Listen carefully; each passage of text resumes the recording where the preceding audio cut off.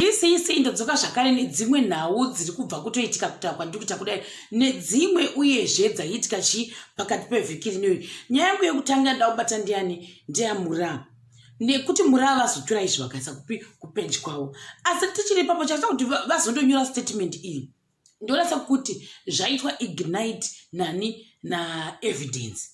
Evidence munhu sekutangwa ndikuita unoitawo mavhidhiyo yake nemutoo wake, ndozvandokwanisa kutanga kutaura.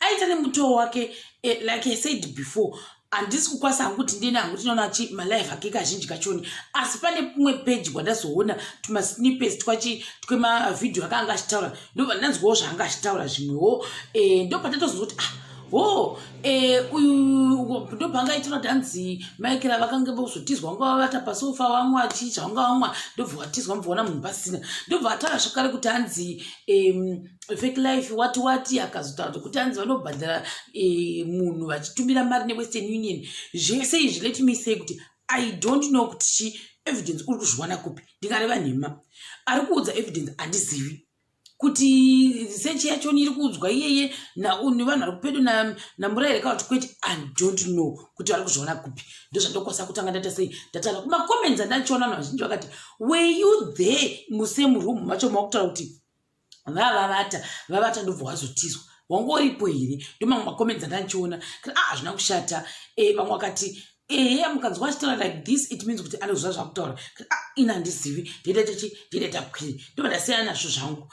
Asi tichiri ipapo manje vabva vataura kuti iwe why are you proving me wrong kuti ndine mari ndikwanisa tasei ndichifulani tasei uri kundiprova. Iwe ndozvauri kuzviudzawo evidence ranzi uri kundiprova hazvina kushata kana ndizvo zvaanode sei maonero kuti asi muri avazonyora papeji pavo vakati guys if you want to throw on me or my affairs, better not touch people you don't know. Handiti.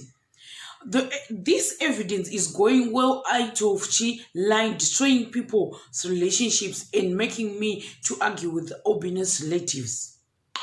This Winnie Eze I once wished you a happy birthday is Obina's brother's wife, not Obina's wife.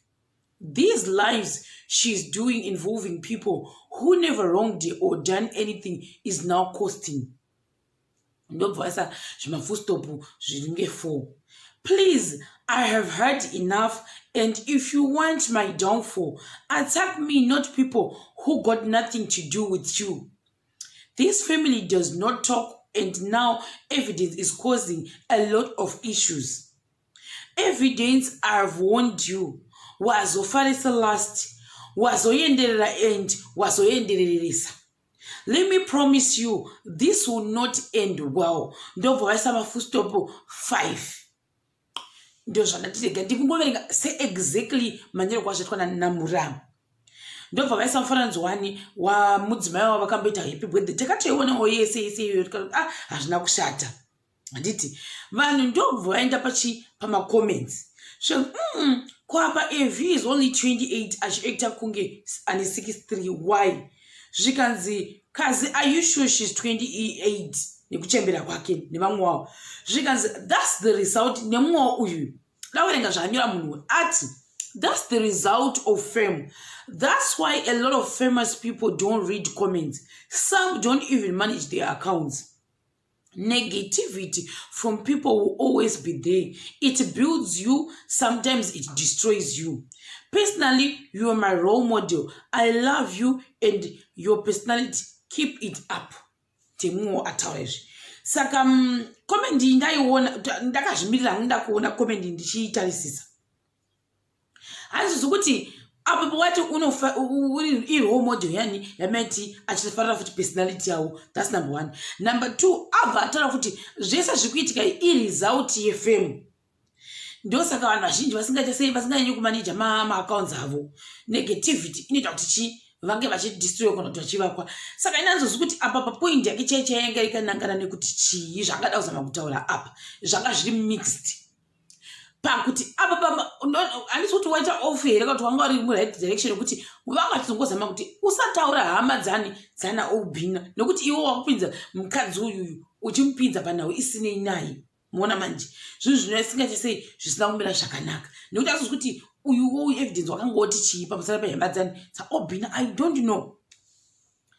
zvikanzi nevamwe zvakare saka munodera kuti kana uri une femu unofana kuti watrolled uchitaurwa zvakaita seizvozvo muona manje I don't know, that's why I'm saying I am confused kuti point yachoni yanga iri mixed zvikanzi musiye uyo mura she's not even your type ngaata sei ngaaochomoke hake achaneta nevamwewo avo zvasezvo akutokonzesa relationship yamaiti hazvichatodi kuti asiyiwo akadero tichiri ipapo pakuti marelationships ndisingazozivi kuti kana vanhu vaine fame vachiita zvavanenge vachiita is it good kuti vanhu vachiita extend yekusvika kuhama dzemunhu nekuda kuti iwo rutanzi ndikuita gohana kuti kwete I don't know because frankly speaking autasa vanhu vanenge vachitukana vachiita sei ndinoona vanhu vari surrounded ava vanenge vakutisa kana kuti mafamily avo kana kuti chii ndo vanoitwa trolled on I don't know nezvimwe zvinotanga kudigwa zvatei singazozivi asi tichiri ipapo I've never seen kana one person come to think of it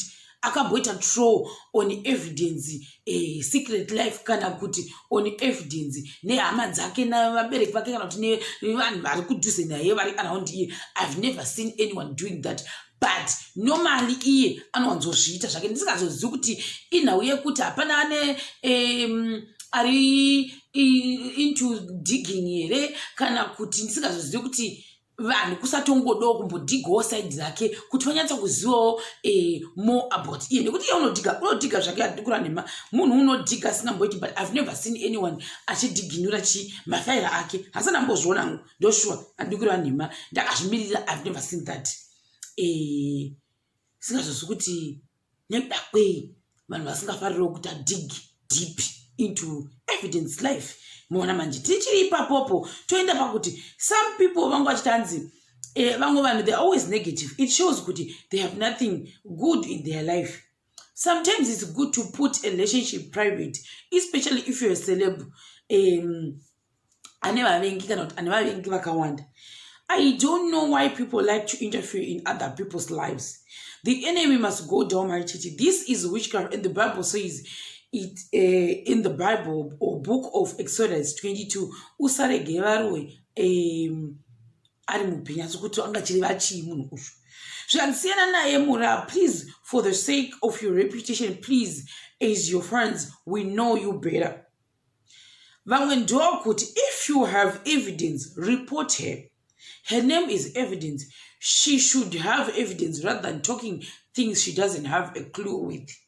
Why attack Paul? She doesn't know instead of dealing with you. It's a shame. Evidence.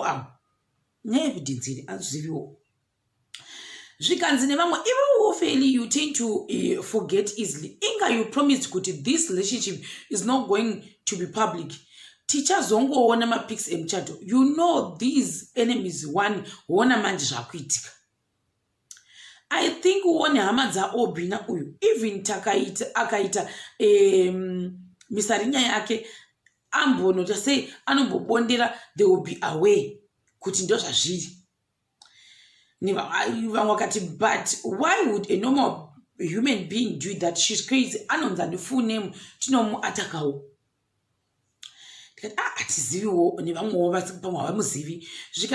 Why can she mind her own business? Even I don't know. Se muno no gashita goa. Ini mnyange ngo pakuti asana mbona anyone unoita dig deep mukati me life ya evidence. Saka nzozuti zvinozoita zvakanaka here kana vamwe vakatanga kuita dig deep kudi kwake zvikatanga kuzikamwawo zvakewo hatizoziviwo zvikanzi nevamwe true anofarisa ngambobatwawo zvakewo timbonzwa kuti zvofamba sei kana timbonzwa kuti unoita seiwo vamwe vakati MaiTt, you are bigger than all this.